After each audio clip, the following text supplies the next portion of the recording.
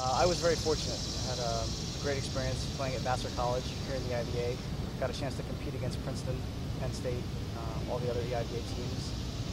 After 4 years at Vassar, I had a great opportunity to play professionally overseas. Played in the south of Holland for a year for a great coach, actually, who had coached with the Olympic team over there in Holland.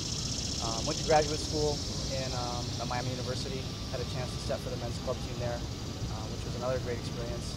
And throughout that time, I've been involved with the Maccabee Games, the Jewish Olympics. Had a chance to compete in Israel in 2001, 2005, and then in the Pan American Games in Argentina in 2007. I'd always been very interested in the analytical side of coaching ever since I was a player, interested in the tactics of volleyball. But it wasn't until I started training to play overseas that I got really engrossed in the idea of committing myself to something totally. And as I went through that process, as I came back after the year of playing in Europe and I started coaching club and high school, I started realizing that having the opportunity to interact with young athletes and sort of emulate those models of hard work and perseverance and putting your all into something was a tremendous opportunity to impact their lives. And so as I went on and had an opportunity to coach high school, club, and then into college, it just seemed like a career that was made for me. I was very fortunate.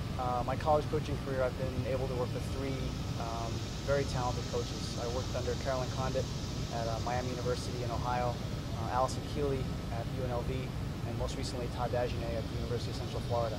And each one of them brought a vast knowledge and experience to the table, and I was able to learn tremendously from each of them, different aspects of the game, recruiting, scouting. After meeting with Coach Ward, I felt very confident that our philosophies were very much in tune. Both of us see very much eye to eye on the Ivy League institution philosophy. Academics has a huge part in the student's life, and unfortunately, in other elements of the Division I landscape, that's not always possible. And here at Princeton, certainly in the Ivy League, it is. And Coach Ward definitely has a framework that's going to be important in both programs. And so her and I saw very eye to eye on that in terms of structural framework, but also in terms of the interactions with the players. We're both very interested in making it an autonomous environment, an environment where the players are going to have an input into the way things are constructed. Yes, my first coaching experience at the collegiate level actually was coaching at the University of New Haven. I was an assistant coach with the men's program. And so right out of college, that was my first experience coaching men at the collegiate level. And then most recently, the last 6 years, I've been an assistant at the women's collegiate level. Absolutely. The way this job was constructed, I was beside myself because it's something, it really is the ideal goal of what I've always wanted to be a part of.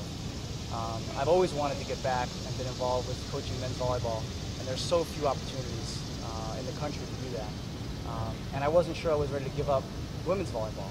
And so to be able to be involved with a very successful, high-profile men's volleyball team, stay involved with a women's volleyball pro team, and be on the East Coast at an Ivy League institution was just an amazing combination of attributes. It's both an exciting challenge. I wouldn't know if I would say it's a daunting challenge, but there's certainly, Glenn created an incredible atmosphere here with men's volleyball, with women's volleyball, with the entire program.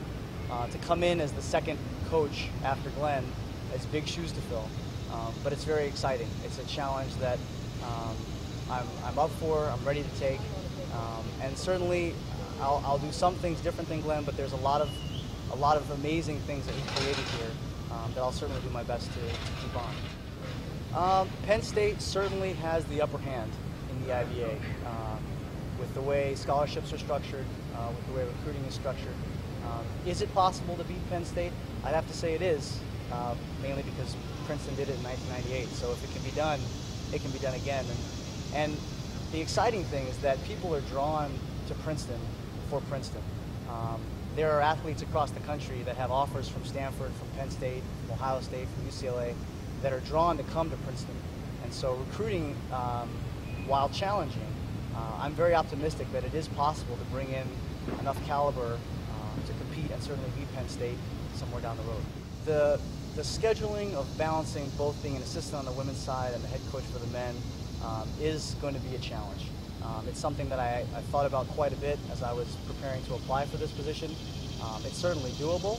I think you have to be very efficient, very organized, and very hardworking. And thankfully, the work environments I've been in prior to this, I think, have prepared me for that. Absolutely. Princeton really is my last stop on my journey. Everywhere I've been, I've learned a lot. I've seen a lot. To come to Princeton, to be able to coach men's volleyball, to coach women's volleyball, to be back on the East Coast where I'm from, to be in an Ivy League institution, it has everything that that I could think to want in a position. So I'm excited to really grow the program with Joey and hopefully create and continue a strong tradition that Glenn had started.